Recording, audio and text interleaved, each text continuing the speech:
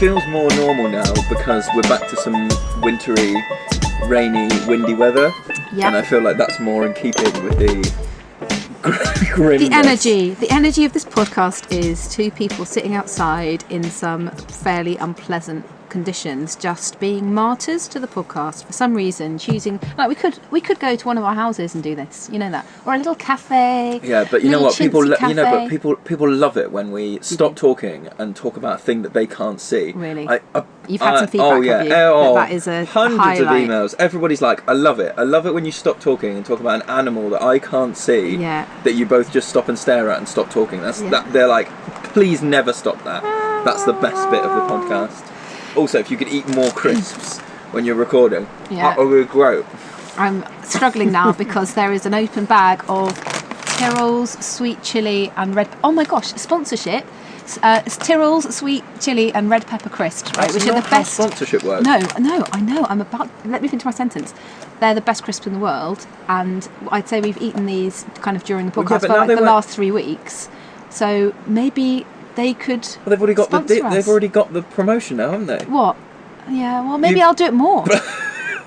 I'll do it more. I'm going to stop talking about it until they pay us some money.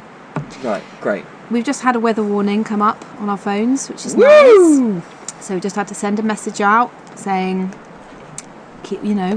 we're watching the skies. We may have to cancel a session. And it's the difficulty of cancelling a toddler group because of weather is like, that's a bit annoying, got to sort some refunds out. But it's a kindergarten day, it's a drop-off day that we're having to, consider, and there's so much more mental load to go on. People have got to make alternative childcare arrangements, and and what if it isn't, and what if it is, and how can you compensate, and that's just you really don't want to cancel. You don't want to cancel, basically. You really don't. But that's not what we're here to talk about. No. We're here, so we were just saying that we think there's a few different names for this podcast, and we're not sure what the end it will be until we get to the end, and kind of, I don't know, I guess when we've blathered on, there'll be a focus there somewhere, but the initial idea was deep play versus shallow play, and it was coping with boredom. And then I've extended that to levels of engagement. Well, you thought deep and shallow was a bit too binary. Would that be fair? Yeah, or just some of the scenarios we just talked about, I think, are not necessarily to do with play. They're to do with just like engagement in general. Okay. Well, I mean, I kind of... The reason that this came into my head is a thing that I have been aware of the last few years. When you get to whatever winter festival you celebrate, normally there's some present giving involved, particularly for children, and there's been a shift away, I feel like, for a lot of families recently, but what's the name of the kid in Harry Potter? His Dursley. Dudley. Yeah, Dudley Dursley. And he's counting his presents and going, but last year I got 38 and this year it's 37. Yeah. And that idea of like volume of gifts in one day, and that actually that doesn't encourage now here's the word. I was going to say the best play or good play, but maybe that's not what I mean. What I mean is that kind of only facilitates shallow play, because it's a very high octane moving from thing to thing and only really asking. So the kind of definition that I like is shallow play is what does it do, and deep play is what can I do with it. Yeah. And so when children and that's not to say that either of them are bad, but that there should be a balance between the two, and so a lot of children, when they get gifts at Christmas, and lots of gifts, like the deep play of what can I do with it is harder. It requires more input, requires more imagination, or thinking that maybe it's not just a thing, maybe it could be a tower as well, maybe it could be whatever as well. And it relies on a lot of time spent with that object, which you don't get if you've got a lot of objects, because your attention is shared out amongst them more.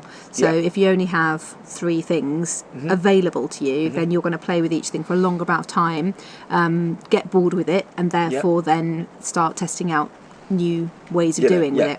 Can I stand on it? Can it, can it interact with this other object that I've got? Can it do whatever else? And I do think as well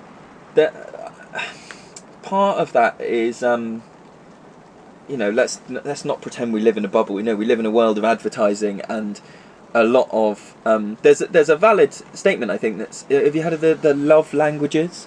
No. Have you heard of these? And it's like different ways that you show love, and sometimes people just misinterpret it. Mm-hmm. So one person's way of showing love might be, they buy gifts for their significant other, but the other person, their love language is like time, and time together. So you have this mismatch of their going, well, I am showing them I love them because look, I bought them this and I bought them this. But if the other person isn't, it's like you speaking French to them and them going, but they're not speaking English. They're not saying they love me. And and I think there's 7 in this theory, which is kind of interesting. But the point that I was going to say was, parents are just as parents and gift givers, grandparents, carers, whoever it is, are just as keen when children open the present for the first time to be like, look what it does. Let me show you, because I've spent my money because of what it does, because of what, and so then kind of, I don't know, there's that pressure from outside to be like, use the toy or the thing how it's meant to be used. If you bought your kid, I mean, Lego's a difficult example because Lego, you do whatever with it. But if you bought your kid a load of action figures from a recent film, and they started stacking them into a tower and not using the fact that they spin or fire guns or whatever, that's deep play, because they're going, I'm going to stack these. They work quite well as bricks. But an adult might go, well, that's not what they're for. Let me show you how they work and do all this. And so that, the kind of festive period for me is quite an interesting time of deep play and shallow play. Yeah. That was a long waffle as to why we've got that. There's a whole movement with the 4 present thing. Have you heard that? Something to wear, something you want, something you need, something to wear, something to read. Mm-hmm. And it being like a rationale, so that then you can curb your own spending and buying, and also maybe transmit that message to other friends and family, and say we are doing this year, we are committing to this idea, which I was reading about yesterday. Is the idea that you get each person 4 presents, or that you... I think it's from parents to children. It's you get about 4, children, right? Yeah. And then what you say to the outside families, can you get one of the 4? Well, this is the debate that was happening on the website I was reading last night. It's like, how do you then go beyond? So that's kind of in the near family, and then how do you extend that idea out further to try and either transmit the message to other friends and family, we don't want any presents, you can offer some time, you can offer like an experience of some kind, but we're trying to do this, or to just like curb the spending a little bit and curb the amount and say, well, we're doing this, she would love or he would love the book part, or I know one family that do they spread the gifts from they sort of ask for everything up front on December 1st, and they then spread it through December, so that their daughter gets time to play with each thing for a couple of days, and then on something new. And that's another way of, like, we talk about getting through the winter with burnout, but getting through for children and going, there's another thing every couple of days. And then I think what they do is on Christmas Day they've keep something that is like a game to play with people or something, so that you're not, I mean, we're going off on a bit of a tangent about Christmas now, but that you're not, on Christmas Day, you are actually interacting with your children, rather than putting them in front of a pile of plastic and electronics and flashing lights, and then people go, and then maybe feeling like, no, we didn't really spend Christmas together, put your electronics away, and you go, and the kids quite rarely are going, you've just given this to me, I want to absolutely binge on it, so, but that's where we're going, and that kind of gets me thinking about deep play and shallow play in forest school sessions, and how that kind of interacts. And with the first thing, that sort of bullet point that I've written down, is that I do think it touches on perseverance that we were talking about last week, and because it's a very visceral, for me at least, a very visceral reaction if a child comes up to me and just goes, "No, I'm bored," because it's a complete cop out almost of just you think for me. You do I'm for me. really interested in it, and I'm really interested in why that happens. And I've had it a couple of times here, but more often. Well, I'm going to link the "I'm bored" sentence with also what are we doing now? What what's next? Yeah. What shall I do? What should we do next? As a similar kind of like a moment where a person is at a loss for whatever reason. So I'm bored, or I need instruction, I need guidance, I need a bit of input here from you.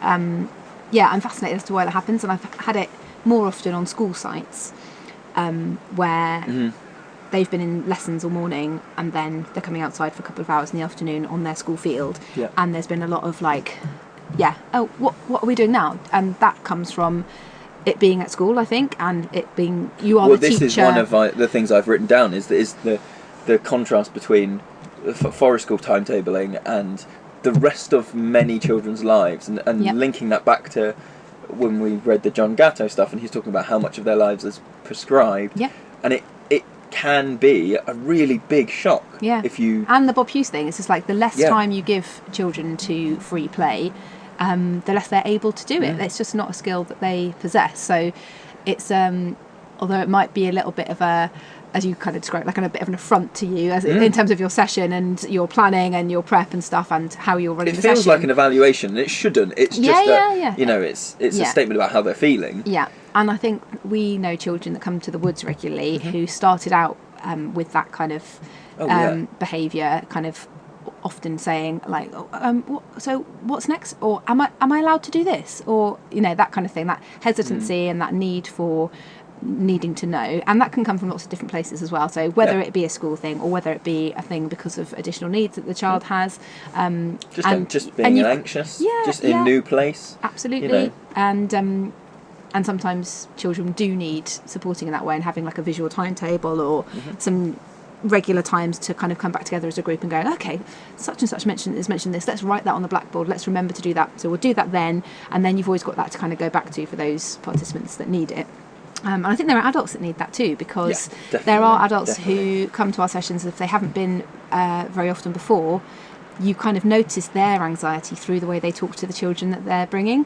So they might say, oh no, we've got to stop doing that now because remember, Gemma and Lewis said we were going to make the thing now, so we've got to stop. No more time for that now because we've got to do this, and that kind of thing. And so that is that kind of like, oh, I need to know where I am now. I need to know what's happening next, and that is fair enough. Or or adults coming to us and going, so you mentioned at the beginning that we were going to be doing some firelighting. When precisely is that? Because I need to know exactly what time that's going to be. And you go, well, actually, I don't know. It depends. I'm feeling the vibe of the group, but it is a very unusual situation if you haven't been before. And I think most people, I hope, once they get to know it, appreciate it and value it as a more less structured time. Yeah, it kind of.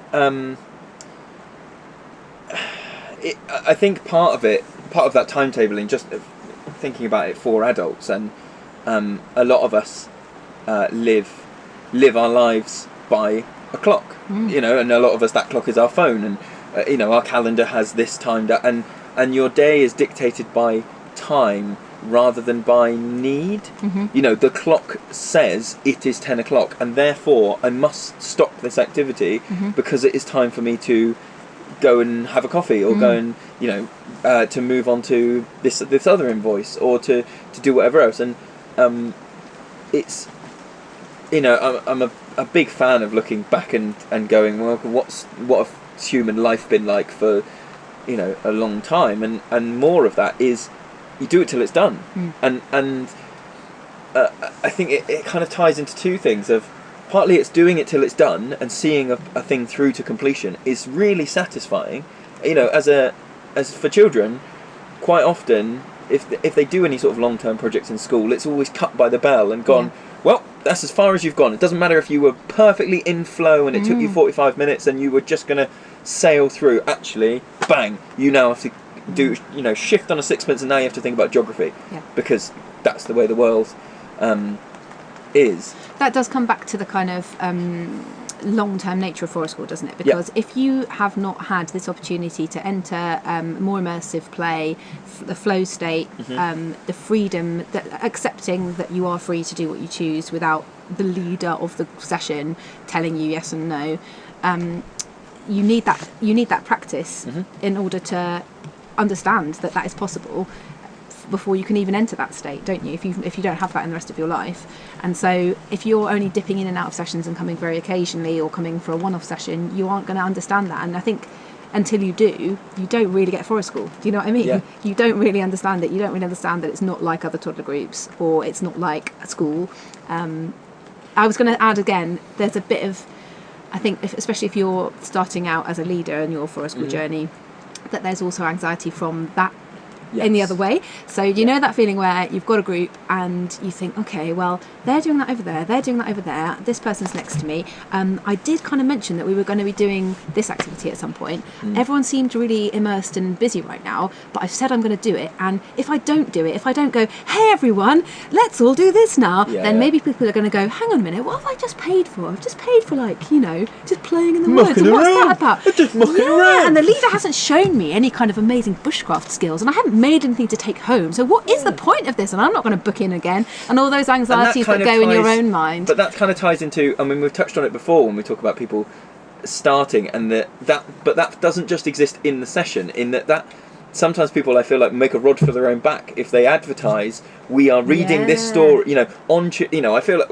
if there's a separate thing, but I feel like I can get it off my chest, it's not forest school if you're advertising a full timetable of the session before the session has taken place, because where is the child-ledness in that? You've then got to explain to people. I don't know. I think you could say, I will be doing that, but of course, as well, at the same time, you could be doing your own thing. But then that ties into, if you have advertised very heavily, like, we're doing, you know, as everybody does, it flouts copyright and says, we're doing the Gruffalo this week, and we're making Gruffalo this, and then we're doing that, and then we're doing that. And so, actually, the people that are enticed by that advertising are coming expecting that. If you said that, you know, we do a free play thing and with a bit of a Gruffalo theme, that's very different. It's when it's like, we're making this and we're making that. Do you know what I was thinking?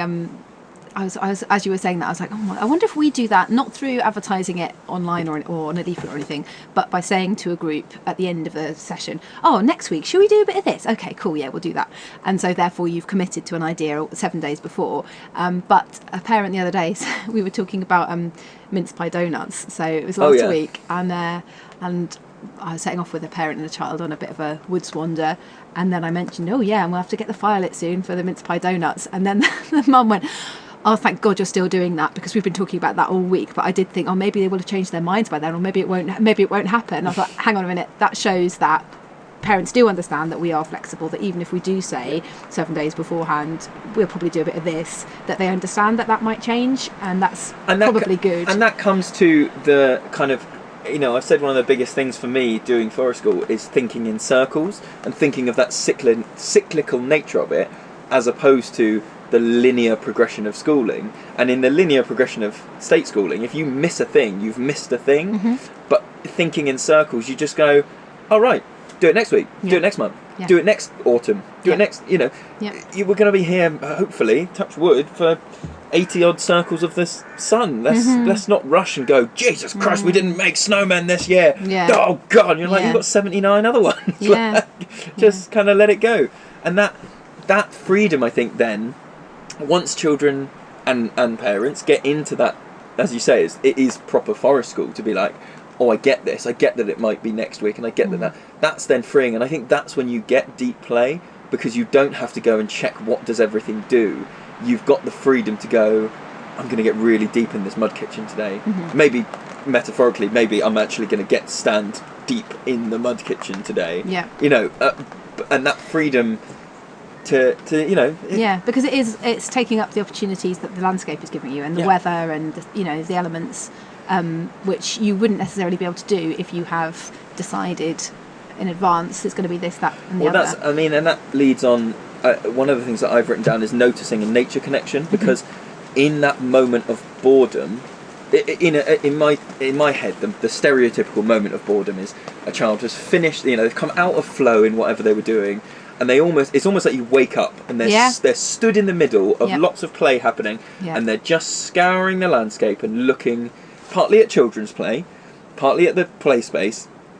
But that moment is also when they might do some nature connection and assess that, hang on, that tree looks different today, or Oh, that thing I if was they doing. accept and embrace the boredom, Yes, calmly. yes. I would add to that moment is a potential trigger for yeah, some yeah, children. yeah. So But that it's a big that's where transition, isn't that's it? where I'm advocating boredom as a moment of reflection and pausing and doing other things. But I agree, for some children and for some adults, that's a horrendous situation. Yeah. But going back to our thing on perseverance and working through things, and to deny children the opportunity to be bored is, very damaging. To go, don't worry, I'm going to plan the whole thing, and if I see anybody even starting, that's the one that gets me, when you can see children starting to get to the end of something, and rather than letting it go to a complete end and okay, so they've finished with that one, let's go to the board, I wonder what's going on over there. That when it starts to tail off, some adults feel the need to just go, whoa, we've had bad transitions before, let's get on to the next thing, and let's never quite finish that, and let's it's a hard balance, that, isn't it? Because if you're dealing with children who do have a lot of issues with transitions, then you can't. Then there is, I don't know, it's a tricky one, because there's something to be said then for. Because they will often bring it up themselves. They will sense that something's coming to an end, and they'll go, so what do you reckon we should do after this? But I think the way that we probably both deal with it is to take it back to ourselves. So if the child is calm, but you can see it's about to be an issue, I'm not talking about big episodes of loss of control and dysregulation in transitions here at all. I'm talking sort of smaller scale, but children who do have, you can see they have that need to know what is coming next. That you can, I think I've noticed you doing, and I definitely do it, in terms of, I'm not sure, but I feel a bit cold, so I might play a running around game, or I feel a bit like just having a sit and a relax now, or I'm going to have a drink. Yeah, exactly. And then actually what you're doing is kind of sensing kind of what they need, or you're reflecting it back at them as if it's you, because it might not be me, but it's partly you're kind of reflecting what you can see them sort of shivering, and you might go, I reckon I need to run. And then there's also that thing of so the introductions to play are quite difficult from a dead stop, from nothing into like, those moments are so icky. I've got to try and get into that, and so they feel icky for you, and that gives you an insight into how it feels for them. That kind of like, what are we doing? It's like that. And the closest thing I can relate it to as adults is when you go to like a work training event, and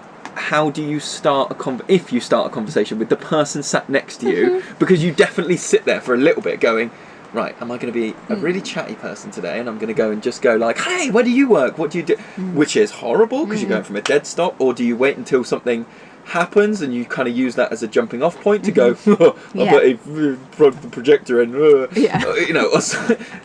I've been to some real dry training, but stuff like that where you think about that, how much easier that is as an adult to go, right, that's a shared experience we both just had there, I'm going to use that now to talk to you, and it'll be less awkward. And for children, walking up to an existing policeman and robbers game and joining in is really hard, versus you as an adult engage in sort of inviting some sort of big play of like, I'm gonna go be a rabbit, who wants to come and do it, and then everyone goes, no, I'm not interested. And you're on your own, and you're on your own. You're just I would agree with you, thinking about it, those are moments of nature connection, because everyone kind of stops, everyone feels a bit weirdly uncomfortable inside, there's like there's a ball of energy and someone's dropped it, it's like ping pong ping pong ping pong, and everyone just stands there, and then you look to the environment and you go, oh yeah, check out the trees are already waving, or look at the bird's nest, or those are the there should be kind of, well, at drama school, right, you would call it like circles of concentration. So, and we did this exercise, it was deep, I've forgotten all about this. Hilary Wood, if you're listening, let's chat about circles of concentration. My head of acting, right? So you'd be in the drama studio, and you'd be sitting down, and you would cross-legged on the floor, and you imagine that you've got a circle of concentration around you, which is like really small, so just past your body, and you just send out your concentration to that kind of circle around you, and then you increase the circles of concentration until you are taking in the whole space and other people, and your awareness is massive. You can see the Matrix. You can see the Matrix, man, and then you can dodge bullets, and it's amazing. But I wonder whether it's a bit like that. You know, when you're in flow, you're zeroed in. Yeah, you are like, and just you might be in flow with another person, but it's more likely that you're in flow by yourself, and there might be someone over there, and you're kind of there in your periphery, but you're on it with what you're doing.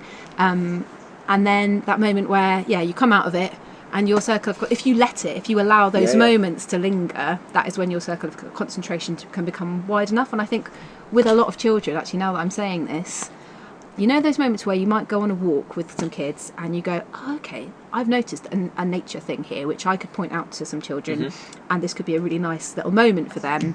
Hey, check out that woodpecker over there. Look, this is really... Look at that. And then sometimes you're like, oh, yeah, look at that. That's really cool. Oh, why is it doing that? Blah, blah, blah, blah, blah. Have a nice little chat, nice little nature moment. How perfect. Other times, you will do that, and they'll go, whatever. Do you know what I mean? They don't even notice it because their circle of concentration is not that wide, and they can't necessarily ping it backwards and forth with that elastic band. They can't stop. Like, I'm fixed in this level of concentration right now. It's me and the stick and the tree that I'm hitting, or it's me and my feet walking on the ground, and it can't extend beyond that. So you can point to that thing over there all you want, but I'm just not capable of noticing it. Do you know what I mean? Have you noticed those moments where you... Yeah, and it's, as you say, it's kind of... That is one of the things about having... you know, the landscape and the natural environment as another teacher almost, is that if you were being a teacher about it, you would say, right, I won't show them the woodpecker until they've completely finished and have their attention focused on the thing.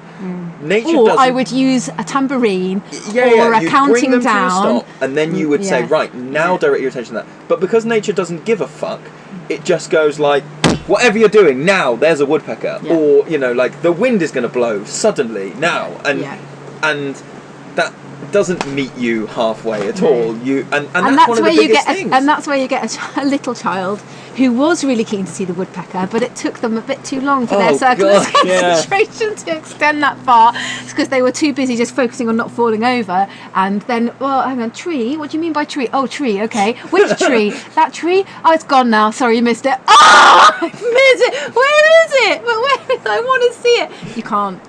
But I want to. You just can't. Nature doesn't give a fuck, mate. It's just gone now. Nature doesn't and then give a weeks fuck. later, they're still going, can we go to that area of the woodland to see the woodpecker? But it's static. It's That's not like, there can we anymore, see it there? mate. You missed it. But I can't, you know, and it really intrigues me to think, what are they imagining in their head? Because that little tiny child definitely doesn't know what a woodpecker looks like. So they're not going, oh yeah, I have a picture of a woodpecker in my head, and now I'm going to see it in real life. Like they don't even know the concept of woodpecker. So God, that must be a very strong feeling. I'm going to learn a new thing, and I don't know. I don't even know what it is. Yeah. And I can't see it. Yeah. And then also, if you think about that and how difficult that is, if you're in flow, that you know, you're in the middle of flow and someone goes, look, a flim flam, right? Because that's the same level, right? Yeah. And you have to make a decision, or your brain is trying to make a decision on, is a flim flam like a stick that's slightly bent, or is it a dragon that is going to eat me, right? And you have to make a decision on like no information about whether you stop what you're doing to look at that woodpecker. And if you're in some deep play of something else, then that doesn't seem as appealing. Or, you know, or you've got to take a gamble and go, yeah, but I'm pretty comfortable with what I'm doing, you know, versus kind of getting out there. If you like this podcast and want to support more episodes, you can donate through Patreon. Visit patreon.com/Children of the Forest to show your support for the Forest School podcast. I do think one of the things that I would like to touch on in terms of deep play and shallow play is and boredom. Actually, I think it's more boredom. Is there's a kind of trend recently with the increase in, actually no, I would say it's flipped recently, but there has been a growing trend of like with increased social media and increased, you know, TV on demand and increased, you know, I mean, you can't hold a conversation with me now without looking at your phone. Stop, I've put it down now. No, but what I mean is, we don't allow ourselves to be bored. I would say very recently, there's been a bit of a shift back where you see a lot more people are going, actually, I've quit social media because I don't think it's healthy. I'm having a break. I'm having a break, or I'm going minimalist or whatever it is. But in general, not allowing ourselves to be bored has been a growing trend over however many years. And in John Gatto's work, he's talking about that in a broader sense of saying that because we don't ever allow ourselves to be bored, what we're doing is raising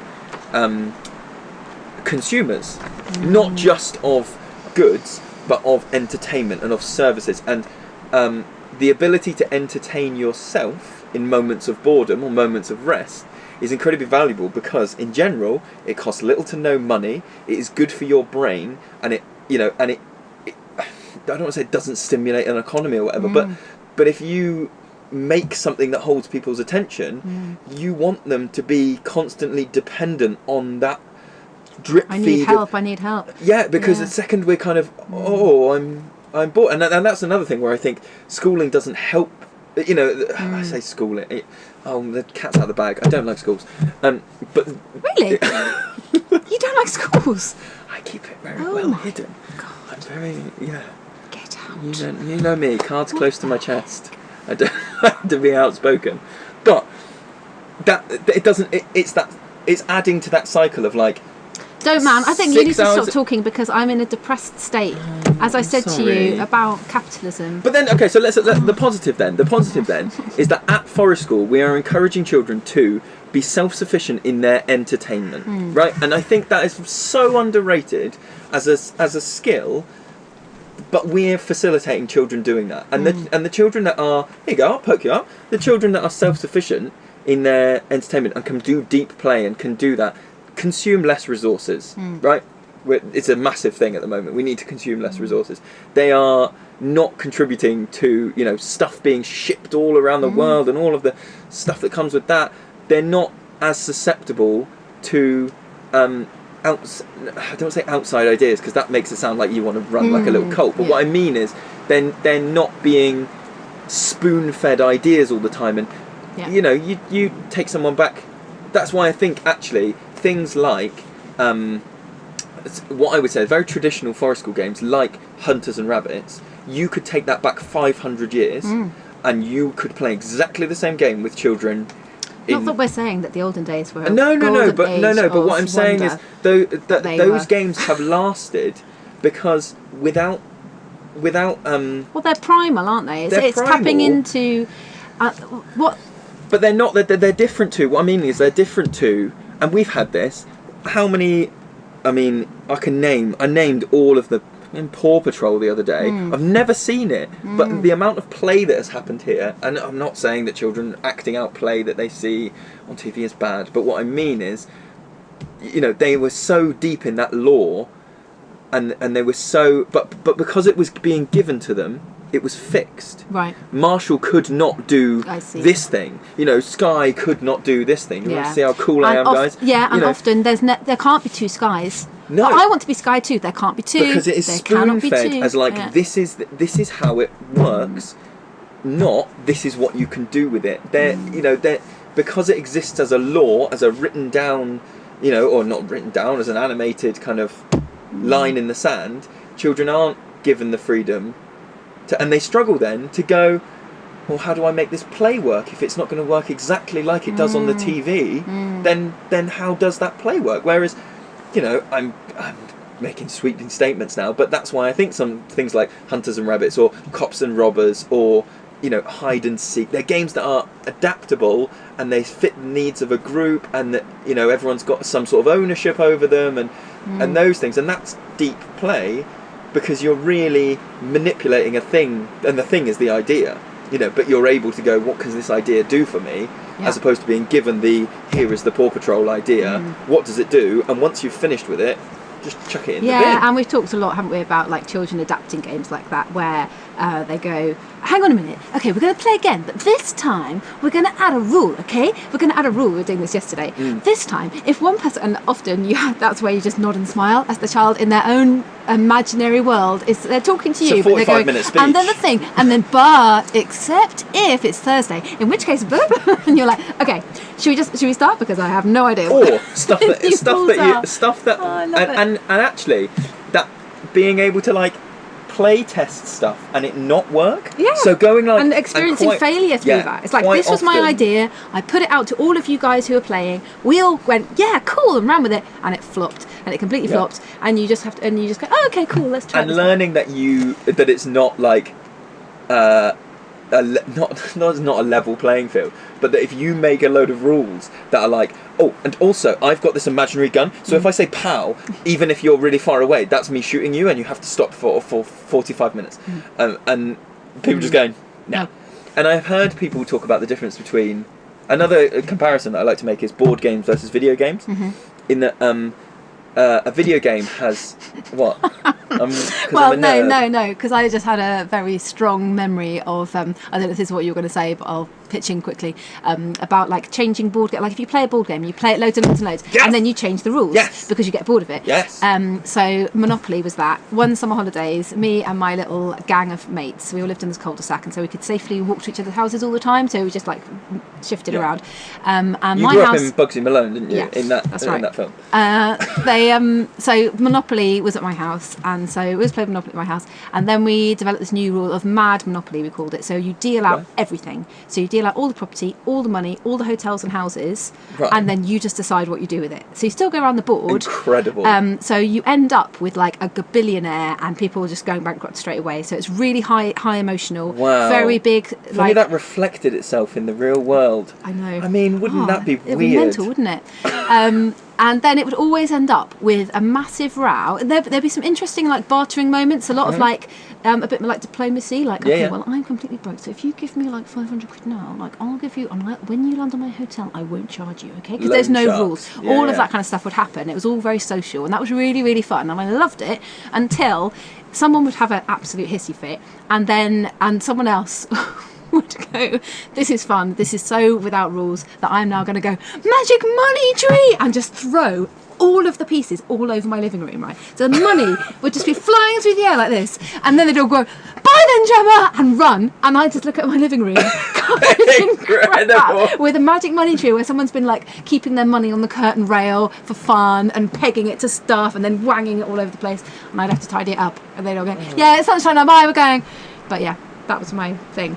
Is that what you're going to say? Well, video games. It's similar to what I was going to say in that there's, a board game works because you are collectively agreeing to play by the rules. Yeah. The game does not catch fire if you move 6 places when the dice rolled 4. Yeah. Right? But socially, you have to, it's that thing. Whereas a video game, if there is a hard wall on something, there is a hard wall on something. And unless you're a 7-year-old hacker that's going to open up the code and make it so that doesn't work. But then I think you are seeing now a rise in what I think is a more beneficial type of game, which is things like, but it doesn't work for games companies, so that's why they have to try and move around it. But things like Minecraft that don't necessarily have a goal. Yeah. They are open world games without a storyline that just go, here is a physics simulation. Play with it. See what you can do with it. It's the essence of deep play.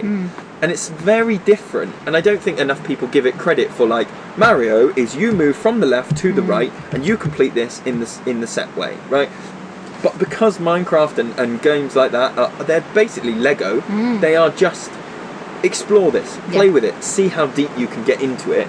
And that is a different type of play, and so yeah, it's very immersive. But that's also the downside of it. So having a 7-year-old who is at that stage, big time, like he blooming loves it. We don't have it, and other children that he knows, parents are going through quite a tough time with it. And I would definitely agree that it is facilitating that type of play. But there's something about it being, I don't know, I sometimes wonder, am I like a stuck in the past, unrealistic, fuddy-duddy, fear, like Luddite, right? That just hates technology, because I don't hate technology, I hope I like to think. But for me, there is a difference with how immersive it is. You know that thing that I was talking about transitions. So you come out of deep play and where you've been in flow and you're really in that other world, and then you come out of it. And some children that's really hard. But you're not if it's not through a screen, if it's not through a computer game, then you're probably a bit like sleep. You're probably going to be jogged out of it by some external factor. It's dinner time. It's it's time to brush your teeth. Or if you're out, if you're outside. I mean, less of an adult imposition, more of a kind of.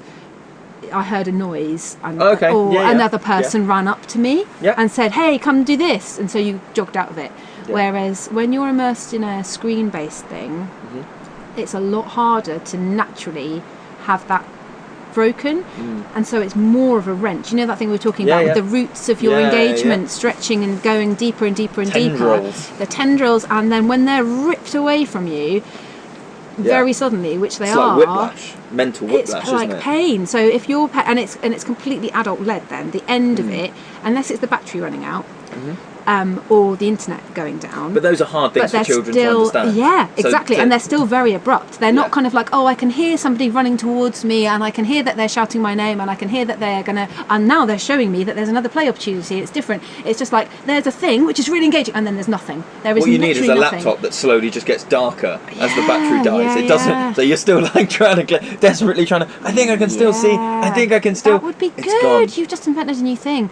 Definitely. Just put a resistor because in the plug. Because that's what all the parents that I know. Down. Honestly, there needs because like on Audible, the sleep timer goes quieter and quieter and quieter and quieter in a really gentle way. I only noticed that when I put it on during the day when I was doing some exercise, and so I noticed it does it in a very gradual, subtle way. So it's really gentle.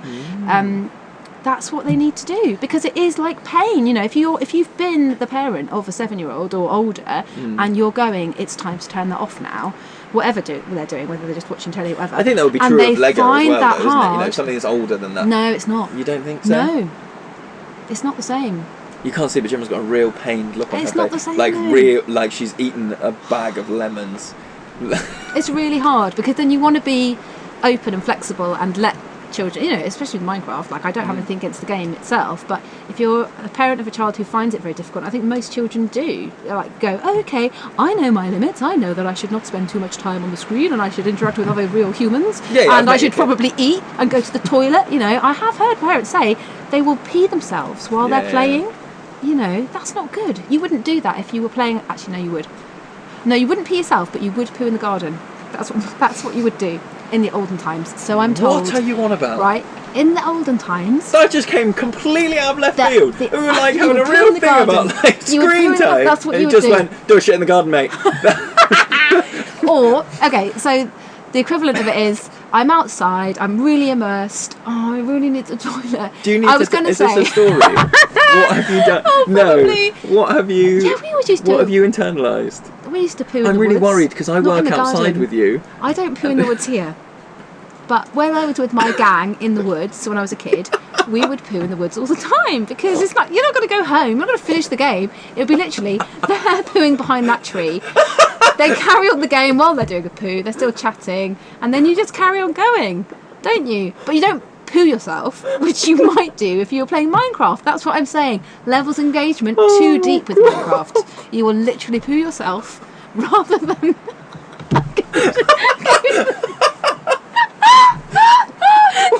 We found the title for the podcast. We didn't know what this episode was going to be about. Right. What's your plug? What are you calling it? Poo in the woods. Poo your pants or poo in the woods? ? Yeah? That'll start a really good debate. Just no context. People are going to have to listen to like 45 minutes of like quite serious debate before they go, yes, we said it was about shitting in the woods, but it doesn't seem to have come up yet. This seems quite mature. This seems like two educational professionals. They can't possibly be talking about shitting in the woods. Yeah. I think that levels engagement, call it that. Look, I don't think we've touched on half of what we wanted to touch Well, it's the time to go now because I need to wee in the woods. In the toilet. Oh. I need to wee in the toilet. Okay, we can't end every podcast like that though. There needs to be a different... I know, it's because I drink loads of coffee before we start and during. Okay, let's end it in a different way. What did you want to say? Have you finished it? No, people are just gone now. I can't come. It's finished. I can't come back from. Okay. Bye. Happy Christmas.